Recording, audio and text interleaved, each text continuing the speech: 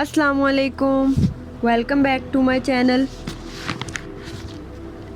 Last video में हमने Adobe Illustrator start किया था, जिसमें हमने ये देखा था कि इलस्ट्रेटर को इंस्टॉल करने के बाद हमने किस तरह से ओपन करना है और उसके अंदर न्यू फाइल और न्यू डॉक्यूमेंट को किस तरह से क्रिएट करना है।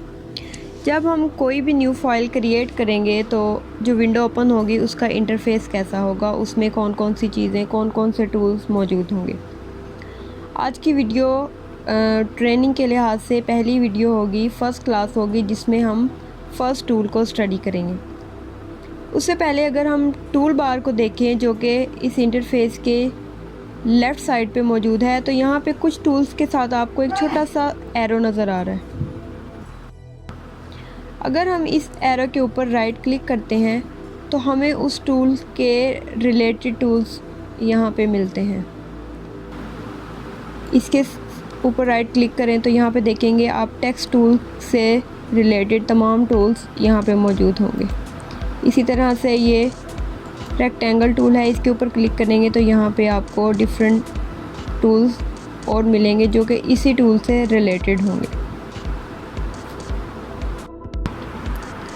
ओके, आज की क्लास स्टार्ट करते हैं। इसमें हम फर्स्ट टूल को स्टडी करेंगे जिसका नाम है सिलेक्शन टूल। यहाँ पे अगर आप देखें टूल बार में तो आपको फर्स्ट पे जो टूल नज़र आ रहा है दैट इज़ सिलेक्शन टूल और इसकी शॉर्टकट की है वी। इससे पहले अगर आप नीचे देखें यहाँ पे रेक्टेंगल टूल, यहाँ से हम रेक्टेंगल टूल को सिलेक्ट कर लेंगे क्योंकि सिलेक्शन टूल को सीखने के लिए हमें पहले कोई ना कोई शेप को ड्रा करना होगा, तभी आप सिलेक्शन टूल को स्टडी कर सकेंगे। अब हम रेक्टेंगल टूल लेंगे और उससे सिंपल सा बॉक्स ड्रा कर लेंगे। सिंपली यहाँ से हमने रेक्टेंगल टूल को सिलेक्ट करना है, माउस से इसको ड्रैग करेंगे तो ये एक रेक्टेंगल हमारे सामने ड्रा कर देगा।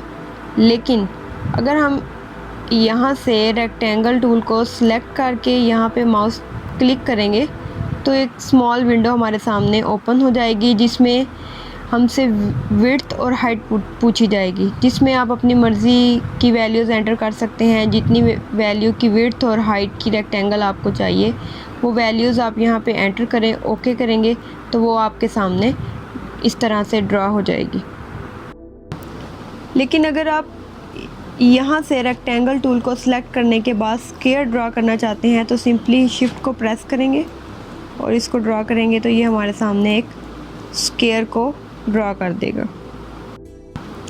इसी तरह से अगर हमने इसके साइज़ को कम या ज़्यादा करना है तो आप शिफ्ट को प्रेस करेंगे और इसके साइज़ को छोटा या बड़ा कर सकेंगे। वो उसी रेशो में उसको बड़ा या छोटा कर देगा, लेकिन साथ में आपने शिफ्ट को प्रेस रखना है। अब हमने सिलेक्शन टूल की असल वर्किंग की तरफ आना है। अब हम देखेंगे, हम यहाँ से रेक्टेंगल टूल लेते हैं और एक सिंपल एक बॉक्स को ड्रा कर लेते हैं। उसके बाद आ जाते हैं सिलेक्शन टूल के ऊपर। जब हम सिलेक्शन टूल को लेके इस बॉक्स के ऊपर क्लिक करेंगे तो हम देखेंगे कि ये बॉक्स हमें सिलेक्ट होता हुआ नज़र आएगा और इसके गिर्द आपको एक बाउंडिंग बॉक्स नज़र आ रहा है। अगर मैं स्क्रीन को जूम करूं तो ये देखिए, जब आपने इसके ऊपर क्लिक किया तो ये आपको इसी बॉक्स के इर्द गिर्द एक बाउंडिंग बॉक्स नज़र आ रहा है और उसके साथ ये इसके कॉर्नर्स पे और यहाँ पे आपको छोटे छोटे रीसाइजिंग हैंडल्स नज़र आ रहे हैं। इन हैंडल्स की मदद से आप इस बॉक्स को छोटा या बड़ा कर सकते हैं। इसको डिफरेंट डायरेक्शंस में छोटा या बड़ा किया जा सकता है। अब यहाँ जब आपने माउस को इसके ऊपर लेके आना है तो आपको ये डबल एरो नज़र आ रहे हैं। माउस को क्लिक करके ड्रैग करेंगे, जिस डायरेक्शन में ड्रैग करेंगे इसका साइज़ छोटा या बड़ा हो जाएगा। इसके अलावा अगर आपने यहाँ से इसको इस तरह, यहाँ से इसका साइज़ चेंज हो जाएगा। जब आप इस हैंडल के ऊपर आएंगे तो ये इस तरह से इसका साइज़ चेंज करेगा। इट मीन्स कि जो बाउंडिंग बॉक्स के ऊपर छोटे छोटे रीसाइजिंग हैंडल नज़र आ रहे हैं, इनकी मदद से हम इस बॉक्स को किसी भी डायरेक्शन में इसके साइज़ को कम या ज़्यादा कर सकते हैं। इसके अलावा अगर हम ये चाहते हैं कि सेम रेशो के साथ ये बॉक्स छोटा या बड़ा हो जाए, रीसाइज़ हो जाए, तो हम साथ शिफ्ट को प्रेस कर लेंगे। अगर हम इसको छोटा करेंगे तो ये सेम रेशो के साथ छोटा हो जाएगा। अगर आप इसके साइज़ को बढ़ा देंगे, इंक्रीज़ करेंगे, तो ये सेम रेशो के साथ इंक्रीज़ होता जाएगा शिफ्ट को प्रेस करने से। ये था सिलेक्शन टूल का पहला काम कि सिलेक्शन टूल की मदद से आप किसी भी ऑब्जेक्ट को रीसाइज़ कर सकते हैं। अब इसका दूसरा काम देखते हैं कि वो क्या है। दूसरा काम ये है कि इस टूल की मदद से आप किसी भी ऑब्जेक्ट को एक जगह से उठा के दूसरी जगह पे मूव कर सकते हैं। कोई भी ऑब्जेक्ट, चाहे वो आपने ख़ुद ड्रा किया है या कोई पिक्चर आपने इम्बेड की है, आपने उसको एक जगह से उठा के दूसरी जगह पे प्लेस करना है, तो आप सिलेक्शन टूल की मदद से उसको एक जगह से दूसरी जगह पे प्लेस कर सकते हैं। इसके अलावा नेक्स्ट देखा जाए तो सिलेक्शन टूल की मदद से हम इस ऑब्जेक्ट को रोटेट भी कर सकते हैं। हमने इसको किसी भी डायरेक्शन में रोटेट करना होगा तो हम इसको कर लेंगे। अगर आप माउस कर्सर को इसके कॉर्नर पे लेके आएंगे तो ये देखिए आपको इस तरह का निशान नज़र आएगा। इस साइन की मदद से जब आप यहाँ पे लाने के बाद आप माउस को ड्रैग करेंगे तो ये इस तरह से किसी भी एंगल पे रोटेट हो जाएगा। जिस एंगल पे आपने इसको रोटेट करना है आप इसको रोटेट कर सकते हैं। अगर आप इसको किसी स्पेसिफिक एंगल पे रोटेट करना चाहेंगे तो हम साथ में शिफ्ट को प्रेस कर लेंगे लाइक दिस। अब ये इससे ज़्यादा रोटेट नहीं होगा कि एक स्पेसिफिक डायरेक्शन के अंदर ये रोटेट हो रहा होगा शिफ्ट को प्रेस करने से। इसी तरह से अगर हम अपने ऑब्जेक्ट की कॉपी बनाना चाहते हैं, फॉर एग्ज़ाम्पल आपने ये बॉक्स ड्रा किया, आप इसकी कॉपी बनाना चाह रहे हैं, तो हम सिंपली क्या करेंगे, आल्ट के बटन को प्रेस करेंगे और इसको माउस के साथ ड्रैग कर देंगे तो ये हमें उसकी कॉपी जनरेट कर देगा लाइक दिस।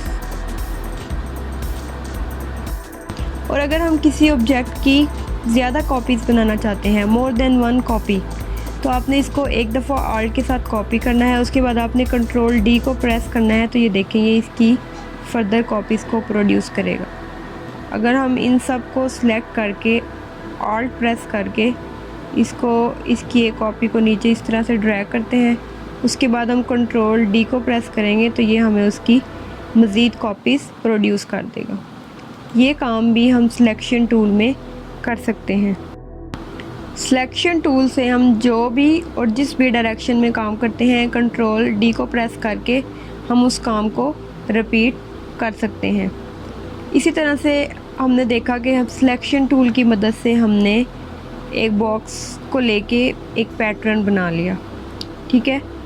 शिफ्ट को दबा के हम इसमें एक से ज़्यादा ऑब्जेक्ट को भी सिलेक्ट कर सकते हैं। लाइक अगर हमने एक ऑब्जेक्ट को सिलेक्ट किया, हम दूसरे को भी साथ करना चाह रहे हैं तो फर्स्ट ऑब्जेक्ट जो है वो डीसेलेक्ट हो जाएगा। तो अगर हमने पहला ऑब्जेक्ट सिलेक्ट किया, शिफ्ट को दबाएंगे, अगर हमने इसको सिलेक्ट करना है ये भी सिलेक्ट हो जाएगा, ये भी सिलेक्ट हो जाएगा, ये भी सिलेक्ट हो जाएगा। इस तरह से हम इसको सिलेक्ट कर लेंगे। हम इसमें कलर करना चाह रहे हैं,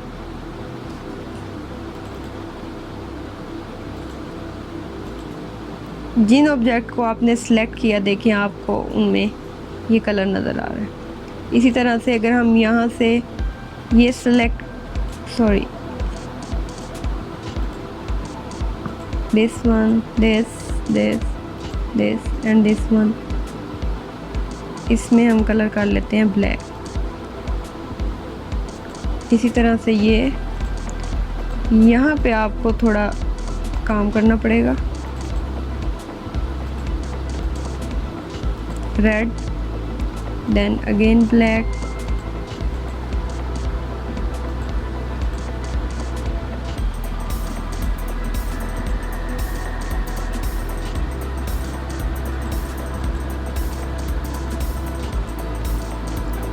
अब देखें ये एक बहुत खूबसूरत पैटर्न आपको नज़र आ रहा है।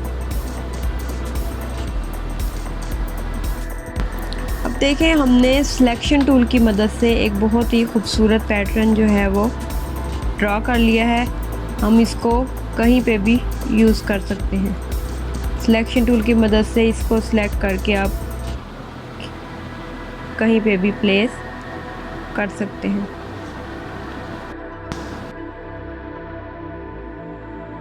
आज की वीडियो यहीं पे ख़त्म करते हैं। अगर आपको कोई भी क्वेश्चन पूछना हो तो आप कमेंट कर सकते हैं, मैं आपको रिस्पॉन्ड करने की पूरी कोशिश करूँगी। अगर आपको वीडियो अच्छी लगी हो तो लाइक करें, चैनल को सब्सक्राइब करें, बेल आइकन को प्रेस करें ताकि आपको न्यू वीडियो की अपडेट मिलती रहे। Thank you. अल्लाह हाफिज़।